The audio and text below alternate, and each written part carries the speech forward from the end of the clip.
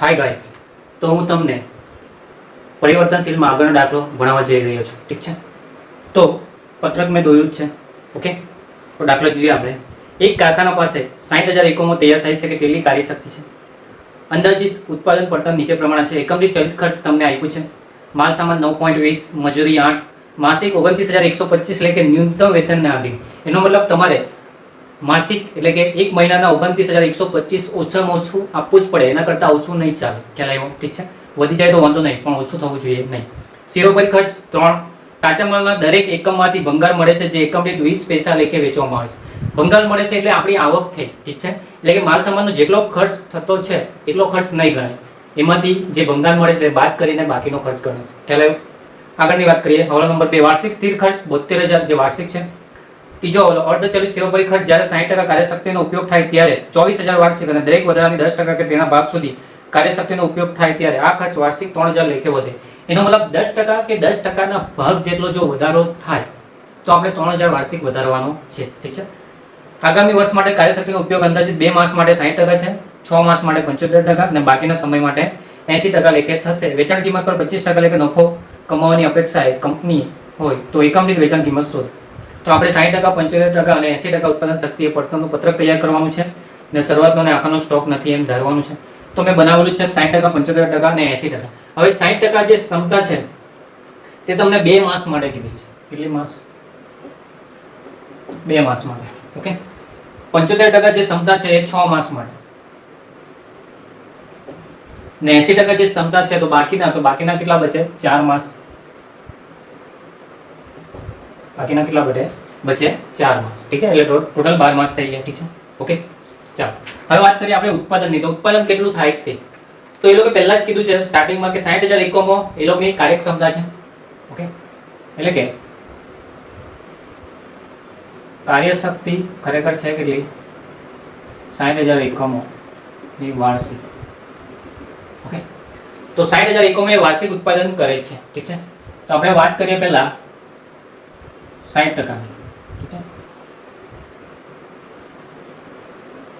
તો ઉત્પાદનની વાત કરીએ 60%. તો 60% તો વાર્ષિક કેટલું છે? 60,000 એટલે કે 100% એ 60,000 છે. તો એના 60% 36,000 વાર્ષિક. કેવું આવશે? વાર્ષિક. આપણને જોઈએ 2 માસ માટે વાર્ષિક એટલે 12 માસ. 12 માસ માટે કેટલું છે? 36,000. તો 2 માસે કેટલા? ઓકે, તો 36,000 ગુણ્યા 2 ભાગ્યા 12 એટલે 6,000 આવશે. કેટલા આવશે? 6,000. તો 6,000 એકમો આવશે 2 માસ માટે 60% ક્ષમતા. ઠીક છે, ચાલો 75% ક્ષમતા તો 60,000 ના 75% 45,000 કેટલા? 4. જો 12 માસ છે 45,000 તો કેટલા માસ છે? 6 માસ. કેટલા? તો કેટલા આવશે? 22,500. ઓકે, એટલે અડધા એટલે 22,500. ઓકે, ચાલો વાત કરીએ હવે 80%. તો 80% 60,000 ના 80% 848 વાર્ષિક આવશે 48,000. જો 12 માસ છે 48,000 તો 4 માસ છે કેટલા? કેમ કે 4 માસ છે. ઓકે, તો 48,000 ભાગ્યા 12 ગુણ્યા 4 16,000 કેટલા આવશે? 16,000. ક્યારે? 80%. ઓકે, ચાલો તો આ પૂરું થાય છે આપણું. ઠીક છે, ચાલો દાખલામાં આગળ વધીએ આપણે. તો એકમ દીઠ ચલિત ખર્ચ માલ સામાન 9.20. માલ સામાન જે આપ્યું છે તે 9.20 છે એકમ દીઠ. ઠીક છે, આગળ પેરેગ્રાફમાં પહેલા જ હવાલામાં કીધું છે કે કાચા માલના દરેક એકમમાંથી ભંગાર મળે છે, જે એકમ દીઠ 20 પૈસા લેખે વેચવામાં આવે છે. ભંગાર એટલે આપણી આવક કહેવાશે. ઠીક છે, એટલે કે કંઈ પણ ભંગાર હશે કાચા માલમાં, જે પણ ભંગાર બચે તેને આપણે વેચી દઈએ છીએ. તો વેચી દઈએ તો આપણી આવક આવે. તો આવક કેટલી આવે? 20 પૈસા. એટલે આપણે ખર્ચો ખરેખર કરેલો કેટલો? 9.20, પણ એમાંથી ભંગાર તરીકે આપણને આવક મળી ગઈ. કેટલી મળી ગઈ? 0.20 પૈસા. એટલે ખરેખર ખર્ચો તો 9 રૂપિયા થયો. કેટલો થયો? 9 રૂપિયા, ઠીક છે। એટલે 9 ગુણ્યા 6000 તો કેટલા આવશે? 54000, ઠીક છે। ઓકે, ચાલો, તો 54000 થયા। તો દરેકમાં 9 જ આવશે। એકમ દીઠ ચલિત ખર્ચ હંમેશા કેવા હોય? સ્થિર રહે। તો 9 ગુણ્યા 22,500 તો 2,02,500, 9 ગુણ્યા 16,000 તો 1,44,000, ઠીક છે। તો આ વાત થઈ આપણી માલ સામાન, ઠીક છે। ભંગાર કિંમત આવક છે એટલે માઇનસ કરીને આટલો જ ખર્ચો આપણે થયો, ઠીક છે। આગળની વાત કરીએ, મજૂરી। મજૂરી ખર્ચ 8 રૂપિયા આપેલા છે। કેટલા આપ્યા છે? પણ કાઉન્સમાં એમ કીધું છે કે માસિક 29,125 એટલે કે ન્યૂનતમ વેતનને આધીન। એટલો મતલબ કે આપણે મહિનાના 29,125 તો આપવા જ પડશે, એના કરતા ઓછા નહીં ચાલે, ઠીક છે। એટલે 29,125 તમારે ઓછામાં ઓછા આપવા પડે। વધી જાય તો વાંધો નહીં, પણ ઓછા નહીં જવા જોઈએ, ઠીક છે। ઓકે, તો એની ગણતરી આપણે સાઈડ પર કરીએ, ઠીક છે। ચાલો, તો વાત કરીએ આપણે કોની? મજૂરીની, ઠીક છે। તો આપણે આપવાના છે 60% ક્ષમતાની વાત કરીએ આપણે, 60% ક્ષમતા, તો આપણે આપવાના છે 8 ગુણ્યા એકમ 6000 તો કેટલા આવશે? 848,000 આપણે આપવા પડે। પરંતુ લઘુત્તમ માસિક કેટલું આપવાનું છે? લઘુત્તમ માસિક છે 29,125, પણ કેટલા માસ છે અહીંયા? એક માસના 29,125, એવા 2 માસ, તો 29,125 ગુણ્યા 2 માસ કરીએ તો 58,250, એટલે કે ઓછામાં ઓછા તમારે 58,250 આપવા જ પડે, એના કરતા ઓછા નહીં ચાલે। તો એના કરતા ઓછા છે તો આપણે કયા આપીશું? 58,250, જે વધુ હશે તે। તો વધુ કોણ છે અહીંયા? 58,250 આપણે આપવા પડશે। ઓકે, વધી જાય તો વાંધો નહીં, પણ ઓછા થવા જોઈએ નહીં। ટૂંકમાં તમારે યાદ રાખવાનું, 2 માંથી જે વધુ હોય તે આપી દેવો, ઠીક છે। તો 58,250 વધુ છે, 58,250 ભાગ્યા 6,000 તો 9.71, 708 છે એટલે 9.71। આ વાત થઈ કોની? 60%, ઠીક છે। ચાલો વાત કરીએ 75%।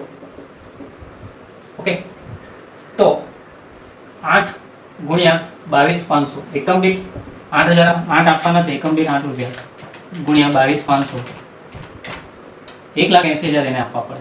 કેટલા આપવા પડે? 1,80,000, પરંતુ માસિક છે 29,125, એવા ટોટલ કેટલા માસ છે અહીંયા? 6 માસ।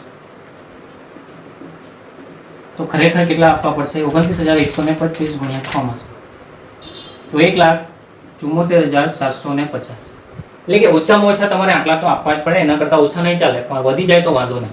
તો જો આના કરતા આ વધારે છે તો હંમેશા વધુ જ આપવાનું, કેમ કે મજૂર એનાથી ખુશ થઈ જાય, વધુ આપણે વેતન આપીએ, ઠીક છે। ઓછામાં ઓછા આટલા તો આપવા જ પડે, એના કરતા ઓછા તો નહીં ચાલે, પણ વધે તો વાંધો નહીં, ઠીક છે। એટલે 1,74,750 કરતા 1,80,000 વધુ છે, તો આપણે 1,80,000 જ આપવા પડશે, જે વધુ હોય તે આપવાનું, ઠીક છે।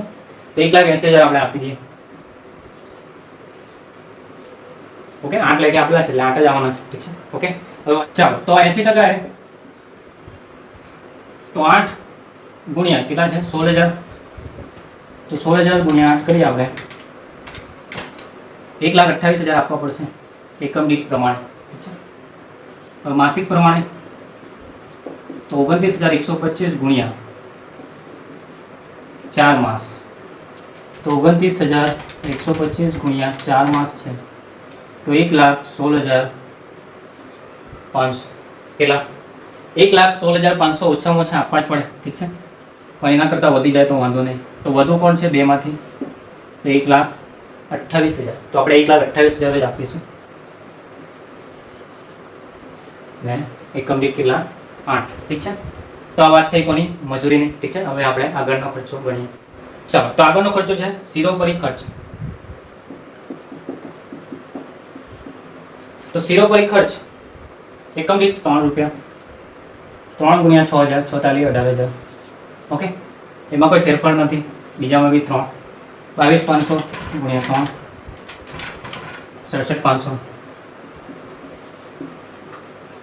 80% બી 3, 16,000 × 3, 48,000. ઠીક છે. તો આ છે શિરોપરી ખર્ચ. ઓકે, ઠીક છે. ચાલો હવે વાત કરીશું વાર્ષિક સ્થિર ખર્ચ.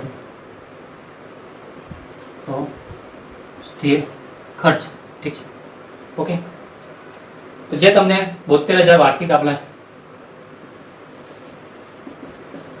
72,000 કેવા આપેલા છે વાર્ષિક. ઠીક છે. હવે 72,000 વાર્ષિક છે, પણ 60% કેટલા છે? 2 માસ. ઓકે, એટલે કે 12 માસના 72,000 છે. આપણે તો 2 માસનું જ આપવાનું. તો 2 માસે કેટલા? ઠીક છે. તો 72,000 ભાગ્યા 12 × 2, તો 12,000 આપવા પડશે. આપણે કેટલા આપવા પડશે? 12,000 ભાગ્યા 6,000 એટલે કેટલા? 1 × 2. ઠીક છે.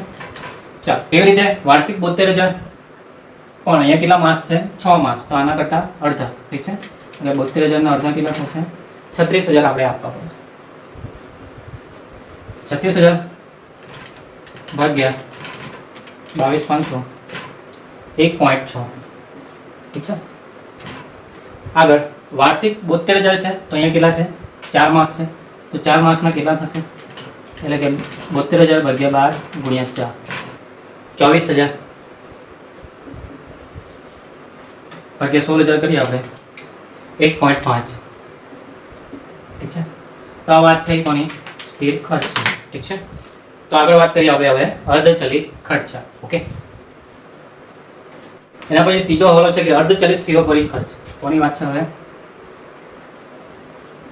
અર્ધચલિત શિરોપરી ખર્ચની વાત છે.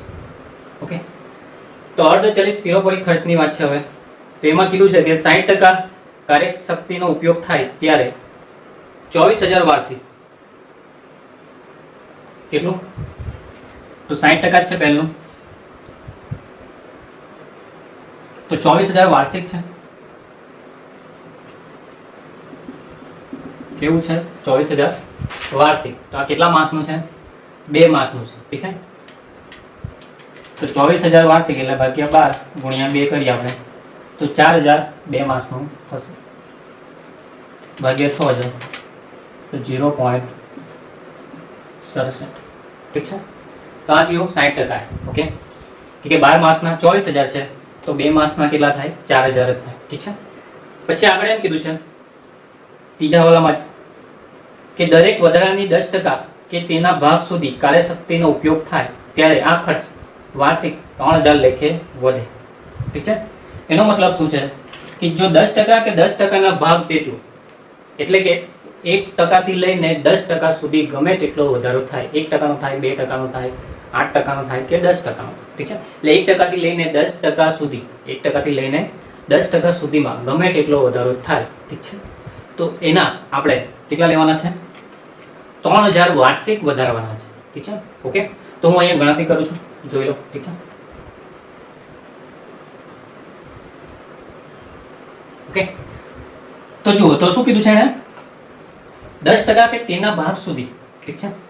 ઓકે, તો હું પહેલા ટકા કરીશું. ઠીક છે. પછી આપણે રકમ વધારીશું. ઓકે, વાર્ષિક. ઠીક છે.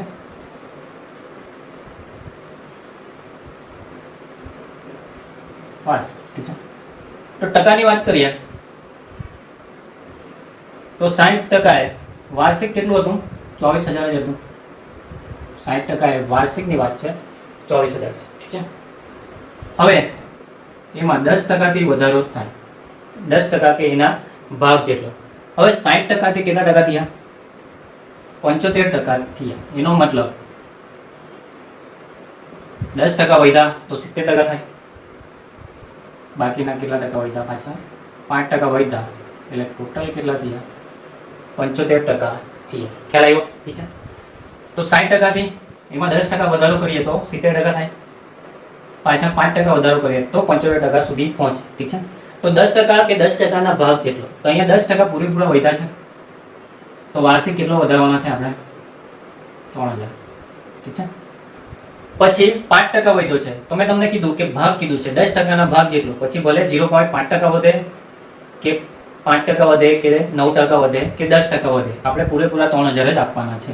તો અહીંયા 5% એટલે એના ભાગ જેટલું વધ્યું છે, 10%ના ભાગ જેટલું. તો પાછા કેટલા આપીશું આપણે વાર્ષિક 3000. એટલે ખરેખર 24 ને 3 27 28 29 30 ટોટલ ખરેખર વધશે વાર્ષિક 30,000. કેવું છે? વાર્ષિક છે. ઓકે, કેવું છે? વાર્ષિક 30,000. કેટલાએ? 75% એ વાર્ષિક 30,000. હવે આપણે માસ તો કેટલા છે અહીંયા? 6 માસ. તો 6 માસનું કેટલું થાય? માટે જો 12 માસે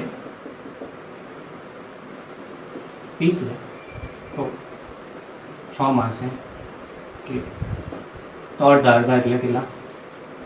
15,000 ખર્ચો આવશે. કેટલો આવશે? 15,000.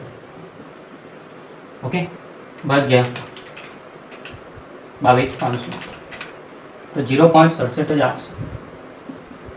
કેટલા આવ્યા? 0.67. ઠીક છે. તો આમાં ખ્યાલ આવી ગયો તમને? ટકા 10% કે એના ભાગ જેટલો તો પૂરેપૂરા જ વધારો કરવાનો. ઓકે, 24 ને 3 27 ને 3 30. ખ્યાલ આવી ગયો? ઠીક છે. ચાલો આગળ. ચાલો હવે વાત કરીએ આપણે 80%. તો 80% 10% તેના વધારાના ભાગ સુધી. ઓકે, તો આપણે હવે 80% ની વાત કરીએ. તો 80% એમાં 60% તો કેટલું છે? 24,000 જ છે વાર્ષિક. ચાલો પછી 10% વધે. ઓકે, તો 70 થાય. પાછા 10% વધે તો કેટલા થઈ જાય? 80% થઈ જાય. ઠીક છે. ઓકે, ચાલો તો 10% વધે તો કેટલા આપવાના વાર્ષિક? 3,000. પાછા 10% વધ્યા, પાછા કેટલા આપવાના? 3,000. ઠીક છે. તો અહીંયા પણ કેટલા આવશે? 30,000 જ આવશે. ધારો કે 82% હતા. કેટલા ટકા હતા અહીંયા? 82%. તો હજુ 2% વધે. ઠીક છે. 2% એટલે ભાગ જેટલું વધ્યું એટલે પાછા 3,000 આપણે આપવા પડશે એટલે 33,000 થઈ જશે. ખ્યાલ આવ્યો? પણ અહીંયા 80% છે તો 2 વાર 10% વહી. ઠીક છે. એટલે કેટલા મળશે? વાર્ષિક 3,000 ટોટલ કેટલા થયા? 30,000 થયા. ઓકે, માટે જો 12 માસે કેટલા થયા? 30,000. તો કેટલા માસ છે? 4 માસ છે. તો 4 માસે કેટલા? ઠીક છે. એટલે કે 30,000 ભાગ્યા 12 ગુણ્યા 4 તો 10,000. કેટલો ખર્ચો આવશે? 10,000 ભાગ્યા 16,000 0.625 એટલે 63. 0.63. ઠીક છે. તો આ વાત થઈ ગઈ અર્ધચલિત પરોક્ષ ખર્ચ. ઓકે, ચાલો તો બધા ખર્ચા હવે આવી ગયા. ઠીક છે. ઓકે, હવે આપણે ટોટલ કરીને વેચાણ કિંમત પર 25% નફો લેવાનો છે. ઠીક છે. તો ખર્ચાનો ટોટલ કરી દઈએ આપણે. કુલ પડતર. ઠીક છે. તો 54,000 વત્તા 58,250 18,000 12,000 એન્ડ 4,000 1,46,250. કેટલો આવશે? 1,46,250 ભાગ્યા 6,000 24.38 24.38 લઈ લઈએ આપણે. ઠીક છે. 375 છે એટલે 38. પછી 2,02,500 1,80,000 67,500 36,000 અને 15,000 ટોટલ 5,01,000 ભાગ્યા 22,500 22.27 એકમ દીઠ. ઠીક છે. આગળ 1,44,000 1,28,000 48,000 24,000 અને 10,000 3,54,000 3,54,000 ભાગ્યા 16,000 કરીએ આપણે 22.125 એટલે 13 22.13. ઠીક છે. તો આ થઈ કુલ પડતર વત્તા નફો કે ખોટ આવે. ઠીક છે.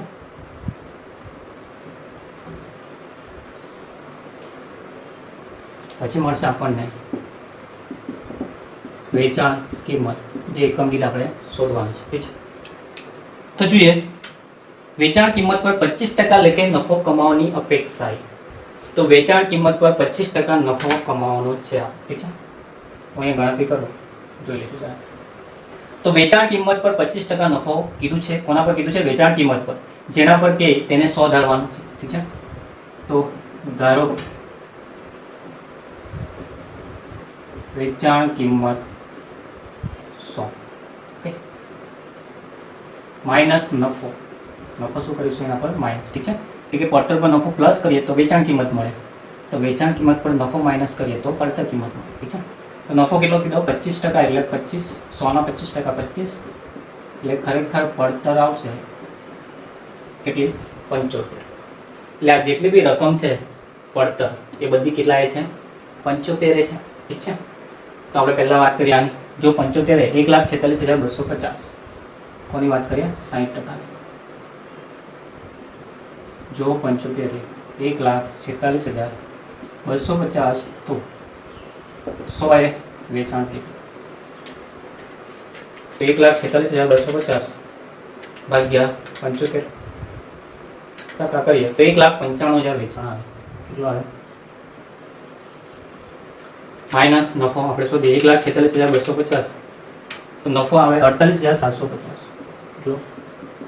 48,750 ભાગ્યા 6,000, 8.13. ઠીક છે. 1,95,000 ભાગ્યા 6,000, તો એકમ દીઠ વેચાણ મળી ગયું આપણને 32.5, જે આપણે શોધવાનું હતું. તો 60% એ વેચાણની એકમ દીઠ પડતર 32.5. ઠીક છે. ઓકે. તેવી રીતે હવે વાત કરીએ આપણે કોની 75%. ચાલો, તો 75 આવું છે. હવે વાત કરીએ 75%. જો 75 પડતર 5,01,000, તો 100 વેચાણ કેટલું? અચ્છા, તો 5,01,000 ભાગ્યા 75%, 6,68,000. કેટલું આવ્યું? 6,68,000 માઇનસ 5,01,000 કરીએ તો 1,67,000 નફો. ઓકે. ભાગ્યા 22,500, 7.42 એકમ દીઠ. 6,68,000 નફો ભાગ્યા 22,500, 6,68,000 વેચાણ ભાગ્યા 22,500, તો 29.69 આવશે એકમ દીઠ વેચાણ કિંમત 75%. ઠીક છે. ચાલો ચાલો હવે વાત કરીએ 80%. જો 75 છે, 75 પડતર 80% કેટલી પડતર આવી 3,54,000, તો 100 વેચાણ કેટલું? 3,54,000 ભાગ્યા 75%, 4,72,000. કેટલું આવ્યું? 4,72,000 માઇનસ 3,54,000, 1,18,000 ભાગ્યા 16,000, તો એકમ દીઠ 7.375 એટલે 38, 7.38 નફો. 4,72,000 ભાગ્યા 16,000, તો એકમ દીઠ વેચાણ કિંમત 29.5. કેટલું આવ્યું? 29.5. ઠીક છે. ઓકે. તો આ રહ્યું તમારો પરિવર્તનશીલ અંદાજપત્ર, જે દાખલો હવે અહીં જ પૂરો થાય છે. ઓકે. તો આ દાખલો તમારો અહીં જ પૂરો થાય છે. મળીશું. Good bye.